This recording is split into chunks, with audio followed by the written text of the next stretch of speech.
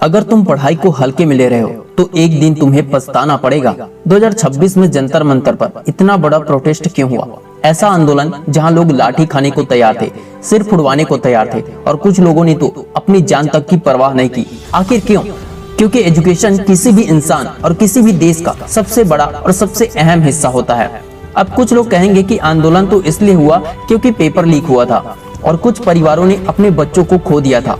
वो तो मैं भी जानता हूँ, लेकिन अगर गहराई में जाकर देखोगे तो समझोगे कि एजुकेशन ही किसी भी देश की नींव है। क्योंकि no education no job, no research, no invention, no technology, no development, no growth. एक चीज जिसने देश के युवाओं, बड़े बुजुर्गों, छोटे बड़े हर जाति धर्म के लोगों को एक साथ खड़ा कर दिया, क्या है वो है एजुकेशन। इसे हल्के में लेना मतलब अपने भविष्य को दांव पर लगाना।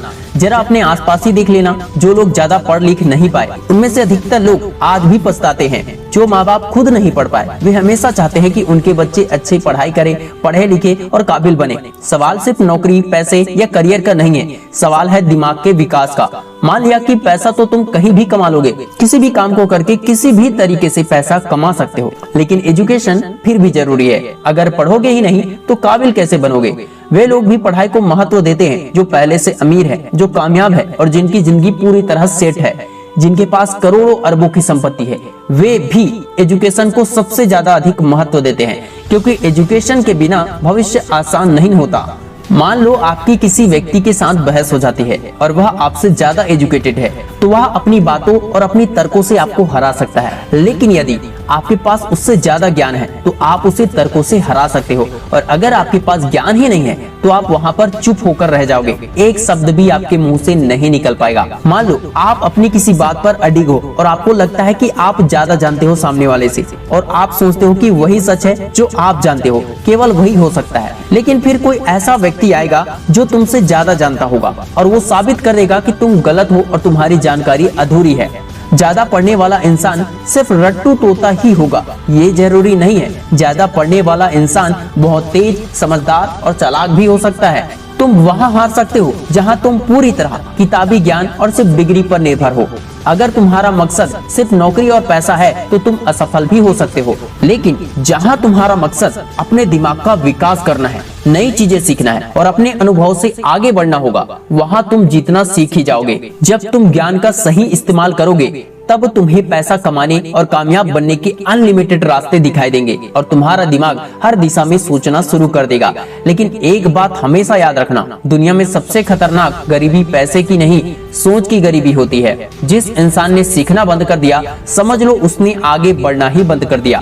आज दुनिया इतनी तेजी से बदल रही है कि जो चीज तुम आज जानते हो सकता है वह 5 साल बाद पुरानी पड़ जाए। आर्टिफिशियल इंटेलिजेंस आ चुका है, रोबोट्स आ रहे हैं, नई नई टेक्नोलॉजी हर महीने बदल रही है। ऐसे समय में वही इंसान आगे निकलेगा जो हर दिन कुछ नया सीखने के लिए तैयार रहेगा।